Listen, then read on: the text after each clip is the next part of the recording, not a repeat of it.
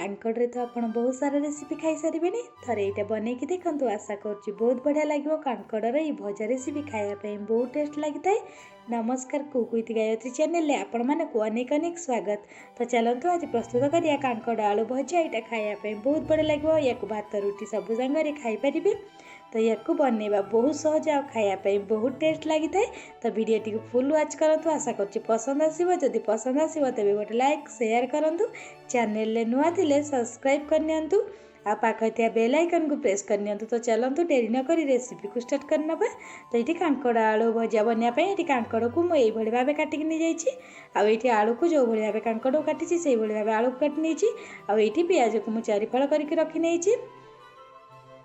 तो ये गोटे कड़े को बसई नहीं से भल भाव गरम है से गोटे 2 चामच तेल को पकई नेली। तो तेल ये भल भाव गरम हो गलानी एवं से कांकड़ और आलू को पकई ना। तो ये कांकड़ आलू को पकईला भल भाव टे मिक्स करना तेल संगे। तो ये भल भाव मिक्स कलापर एवं से 1/2 चामच लुण को पकई नौ। तो लुण को पकईकी पुणी भल भाव मिक्स करना। तो ये भल भाव मिक्स करके आम कवर करके गोटे 2 मिनिट पर्यंत आम कांकड़ आलू को सीझापी छाड़देवा जमी हल्का गोल्डन ब्राउन कलर होकर फ्राए हो मझे मझे एमती कवर उठे चाहिए टे गलई नौ। तो ये देखो से हल्का हल्का कलर चेंज हो आसला एवं से काटिक रखी पियाज को पकई ना। तो ये मुझे पियाज को भी पकई नौ पियाज को पकईकी भल भाव मिक्स करना। तो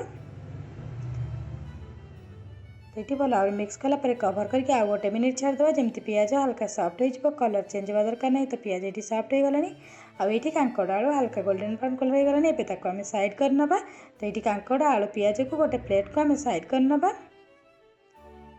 तो ये देखो मुझे सबको साइड कर नहीं से सेम कड़े आउ गोटे 2 चामच तेल को पकई नौ। तो तेल भल भाव गरम है से सोरिष बटा को दबा। तो ये तेल भल भाव गरम हो गलानी एवं से सोरिष बटा को दे सोरिष बटारे मुझे 2 चामच सोरिष 1 चामच जीरा आउ 4 ରୁ 5 पाखुड़ा रसुण 2टा कंचा लंका को नहीं। तो ये पकईकी भल भाव मिक्स करनेली भल भाव मिक्स करनेलापर एवं से आम गुंड मसला को पकई नवा।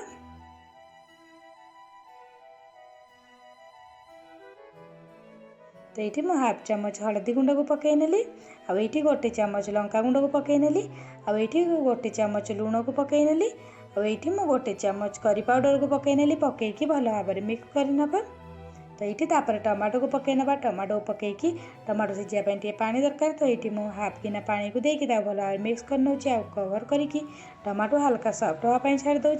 तो टमाटो ये हल्का सफ्ट हो गलानी सोरिष को बिल्कुल बेसी टाइम कषिबेनी ना पिता राया लगी था। तो ये आम भाजिक रखी कांकड़ आलू पियाज को पकई ना। तो पकईकी भल भाव जमी सोरिष बटा सब उपर लगे से भाव मिक्स करना भल भाव। तो ये भल भाव मिक्स कर कवर करके 7 ରୁ 8 मिनिट पर्यटन छाड़ जमी पोड़ पोड़ा हो बढ़िया भाव में भाजी हो कांकड़ आलू।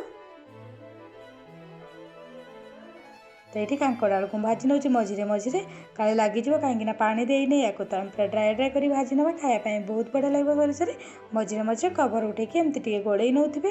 वाओ बहुत बढ़िया बास्ना आसला ये खायापी बहुत टेस्ट लगे घरे थे निहाती ट्राए करूँ। तो ये कवर करके पूरा पोड़ पोड़िया हाँ पर्यंत भाजी ने। तो ये देखो कांकड़ आलू भजा बिल्कुल रेडी हो आसला। तो देखो बढ़िया देखा खायापी यहाँ बहुत टेस्ट। तो ये देखो कांकड़ आलू भजा ये बिल्कुल रेडी हो जाए केते बढ़िया देखा खायापी से बहुत टेस्ट। तो ये कांकड़ आलू तरकारी बिल्कुल रेडी।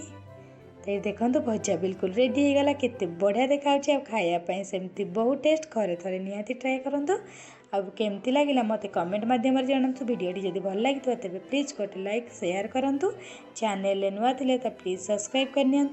ये आम गरमा गरम कांकड़ आलू भजा को गोटे प्लेट को बाहर करना। तो देखो केते बढ़िया लुक वाइज देखा लुक रू तो भोक लगे। तो थे निहाती बनातु ये गरमा गरम कांकड़ आलू भजा देखो केते बढ़िया देखा। धन्यवाद।